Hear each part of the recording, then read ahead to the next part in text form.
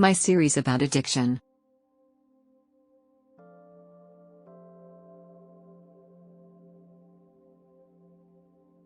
What is addiction?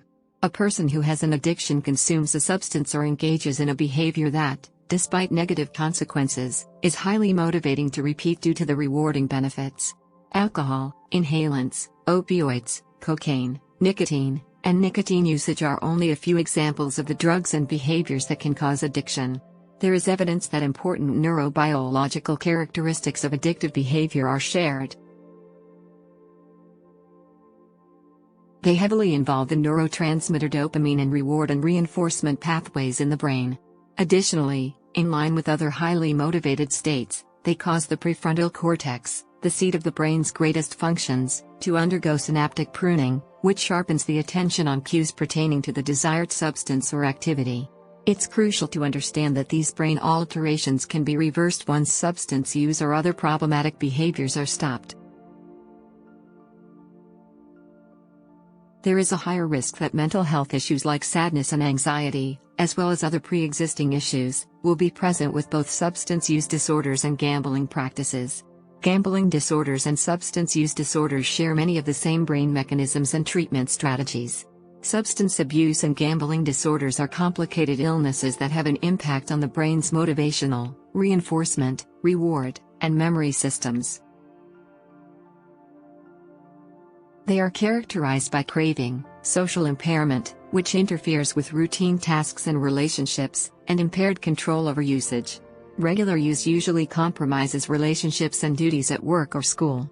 Another characteristic of addictions is that sufferers persist in engaging in the behavior despite the negative effects it has on their bodies or minds, even when those effects are made worse by continued usage. A person's tolerance to a chemical typically rises as their body gets used to it.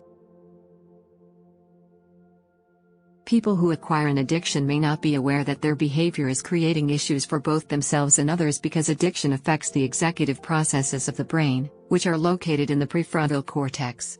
A person's behaviors may eventually become dominated by the desire to experience the pleasurable benefits of the substance or habit. Research shows that recovery is more common than not, despite the fact that all addictions have the potential to cause feelings of shame, remorse, and hopelessness. The path to healing can take various forms. Natural recovery is the process by which an individual improves their physical, psychological, and social functioning on their own. Others gain from the assistance of peer-based or community networks. Others choose clinically based recovery through the assistance of qualified professionals. The path to healing is rarely simple. Relapse, or the return to drug use, is common but in no way signals the end of the journey. According to studies, the risk of relapse is no higher in people who successfully treat an addiction illness for 5 years than it is in the general population. According to neuroscientists, synaptic density gradually recovers. The critical inner voice in addiction. When it comes to addiction, this critical inner voice can be highly potent and frequently becomes out of control when a person is alone. This internal enemy attacks us in all areas of our lives, including our employment, relationships, identities, and very sense of self-worth. It fills our minds with self-doubt and self-hatred. Our critical inner voice exploits our failures and casts doubt on our accomplishments. It could cause us to think things like, "You're so obnoxious. Nobody misses your presence. You always make mistakes. How illiterate can you be? You are unable to manage this tension. You are too frail." After it has dragged us through the muck, a seductive voice may intervene and give reassuring advice: "Just take a medicine to help you calm down, or have one more drink.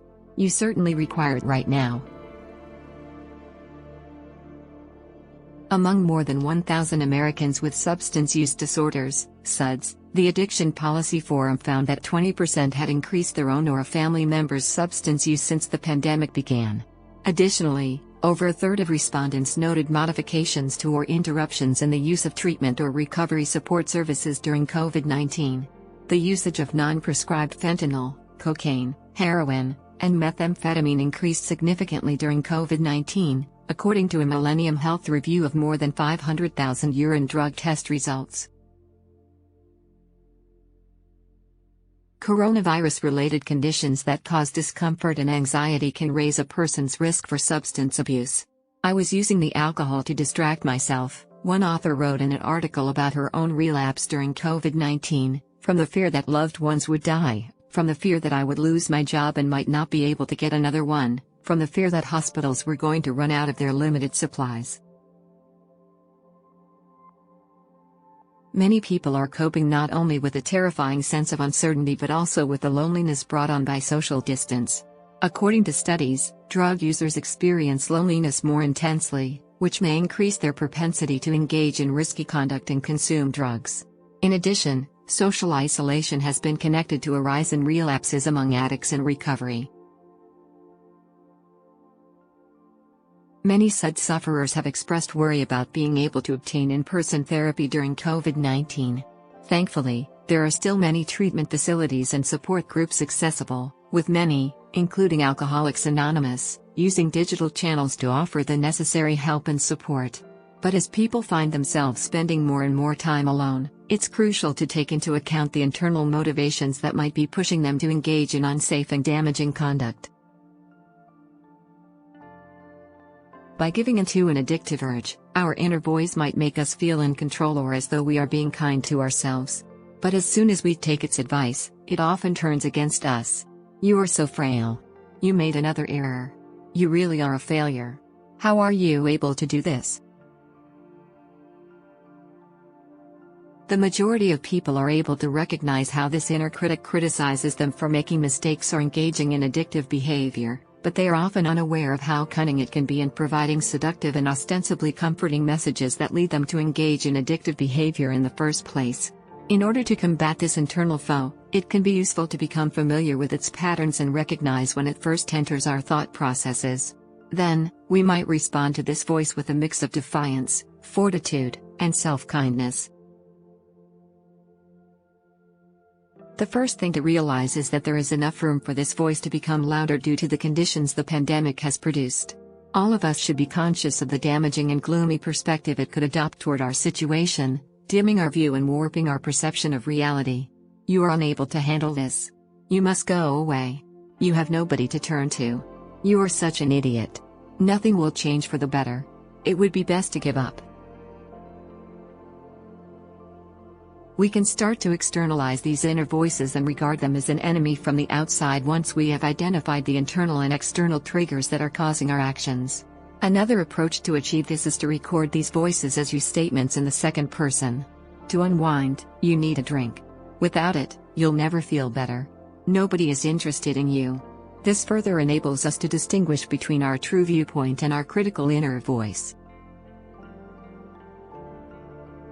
After recording our opinions in writing, we are better able to reply in a practical and sympathetic manner. These should be expressed as I statements in the first person. Think of this exercise as a conversation with a buddy who is experiencing or saying the same thing. It's acceptable for me to struggle, but that doesn't mean I'm a weak person or that I lack strength. Although I'm going through a difficult time, it will get better, and I'm handling it as best I can, which is sufficient. People care about me, so I don't have to go through this on my own. I should connect with people. One of the most important steps in putting an end to self-destructive behavior is externalizing and confronting our inner critic. The next step is to begin acting in a way that is both in our own best interests and reflective of who we are and what we desire. It is still crucial to reach out to folks who are dealing with addictive patterns. Despite the fact that social isolation can make us feel alone, we are not. Aid is still accessible. Our inner critic will make every effort to keep us apart, but this is not the time to withdraw. Speak with your loving relatives and friends. Continue your counseling or do so.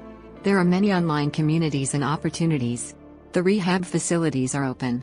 There are solutions available, but taking care of yourself and securing the assistance you require should be your top priority.